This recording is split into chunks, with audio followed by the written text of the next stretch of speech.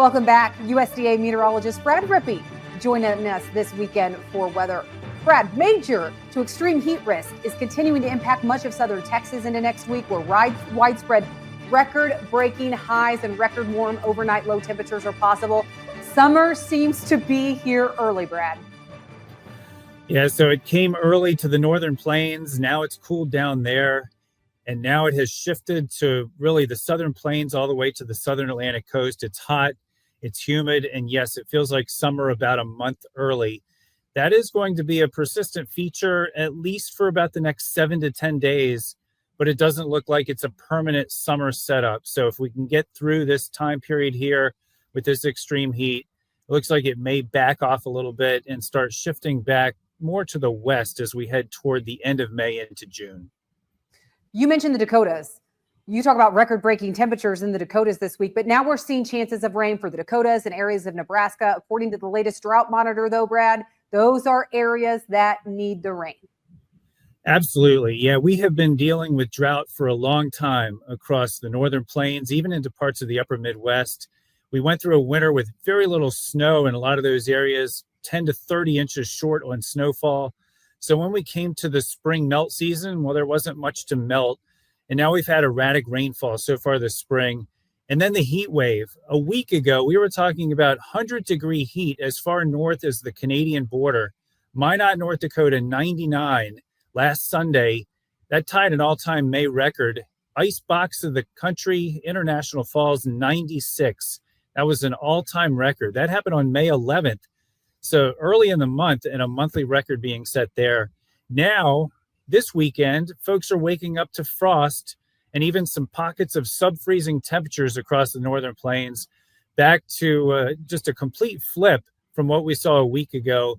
As you mentioned, the heat has shifted into the south, but with that cooler weather is coming with that cooler weather opportunities for rain. We already had one nice shot of rain come through a couple of days ago. Looks like quite a bit more as we head into the early part of next week. That is great news. We'd like to warm it up a little bit again now. It's a little bit too cold, but the moisture should go a long way toward helping revive rangeland and pastures. It'll even help the winter wheat crop and also emerging summer crops across the north central United States. Well, Brad, something I know you are also looking into just out this week, the new National Weather Service's precipitation outlooks for June and summer, plus the latest seasonal drought outlook. So what are the biggest changes that you see?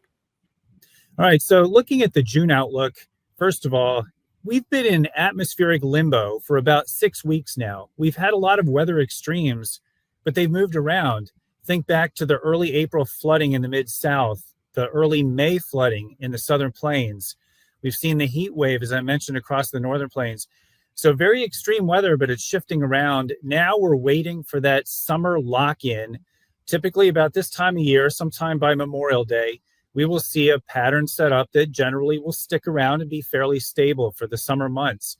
So we're still waiting for that, obviously, as things continue to shift around. Now it's starting to look like by the end of May on into June, we will see a ridge developing somewhere across the western half of the country.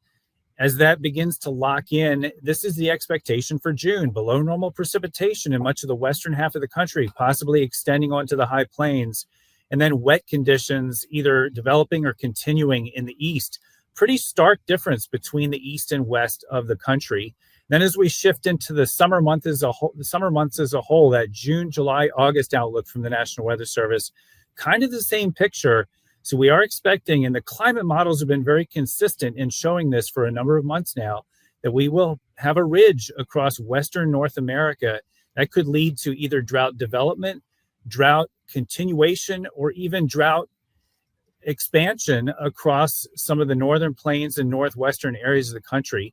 Big concern. Now, the rain is falling now across the north central U.S., but we could trend back into a warmer, drier pattern as we move into the summer.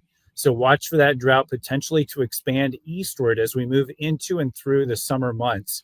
And so if we look at the companion product, the seasonal drought outlook, that does show where the National Weather Service expects drought to either persist or develop during the June, July, August timeframe. And by the time we get to the end of August, this is their expectation for drought coverage. Note the expansion in places like the Dakotas, even into the Western Corn Belt.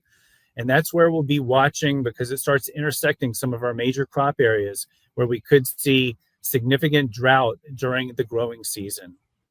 Wow. Yeah. Interesting maps to look out.